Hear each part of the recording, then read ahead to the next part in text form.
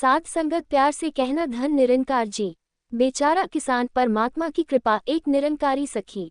गांव का किसान रामलाल बहुत मेहनती था, लेकिन उसकी मेहनत का फल उसे कभी ठीक से नहीं मिला। कभी बारिश कम होती तो कभी टिड्डियां फसल बर्बाद कर देती। कई बार जब अच्छी फसल होती तो बाजार में भाव गिर जाता। इन सब परेशानियों ने उसे अंदर से तोड़ दिया था। संघर्ष और निराशा। रामलाल का परिवार भी उसकी परेशानी को महसूस कर रहा था। उसकी पत्नी सरला हर दिन उसे समझाती, भगवान पर भरोसा रखो, सब ठीक होगा। लेकिन रामलाल का धैर्य अब जवाब देने लगा था। उसने निरंकार से शिकायत करनी शुरू कर दी थी, हे भगवान, मैं इतना परिश्रम करता हूँ, फिर भी मेरा जीवन कष्टों से भरा हुआ है। आखिर मेरी गलती क्या है? एक दिन गांव में सत्संग का आयोजन हुआ। रामलाल की पत्नी ने उसे वहां जाने के लिए कहा, लेकिन वह बोला, क्या रखा है इन सत्संगों में? वहां जाने से मेरी फसल अच्छी नहीं होगी, मेरी गरीबी दूर नहीं होगी। पत्नी ने प्यार से कहा, कम से कम एक बार चलो, वहां से कोई अच्छा मार्गदर्शन मिल सकता है। अनमने मन से रामलाल सत्संग में गया। संत की सीख। सत्संग में संत महात्मा ने एक कथा सुनाई।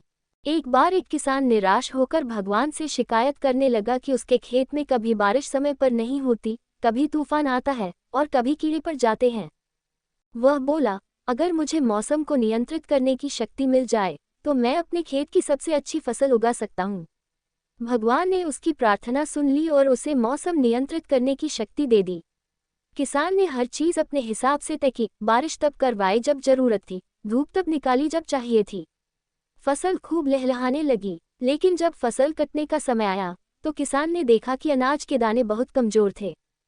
वह भगवान से बोला, ये कैसे हुआ?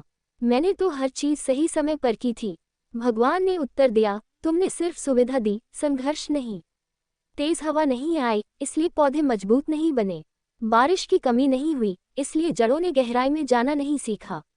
बिना संघर्ष के पौधे कमजोर हो गए। जीवन भी ऐसा ही है। बिना संघर्ष के, बिना धैर्य और भरोसे के सफलता नहीं मिलती। ये कथा सुनकर रामलाल की आंखें खुल गईं।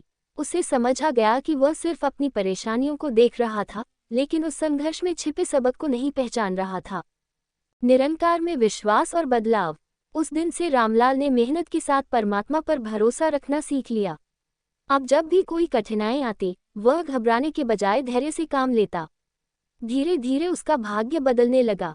एक साल जब गांव में भयंकर सूखा पड़ा, तब भी उसने निराश होने के बजाय नई तकनीकों का उपयोग करके खेती जारी रखी। अगली बार जब बारिश हुई तो उसकी फसल बाकी किसानों से बेहतर हुई। कुछ ही वर्षों में उसका खेत हरा भरा हो गया, उसकी आर्थिक स्थिति सुधर गई और उसका परिवार खुशहाल हो गया। उसने समझ लिया कि मेहनत जरूरी है, लेकिन असली ताकत परमात्मा पर विश्वास और धैर्य रखने में है। संदेश। ये सखी हमें सिखाती है कि संघर्ष जीवन का हिस्सा है और हमें मेहनत के साथ साथ धैर्य और श्रद्धा भी रखनी चाहिए। अगर हम केवल शिकायत करेंगे और हार मान लेंगे तो सफलता कभी नहीं मिलेगी। लेकिन यदि हम अपने कर्तव्यों को पूरी निष्ठा से निभाएं और परमात्मा की इच्छा को स्वीकार करें तो धीरे धीरे जीवन संवरने लगेगा। धन निरंकार जी।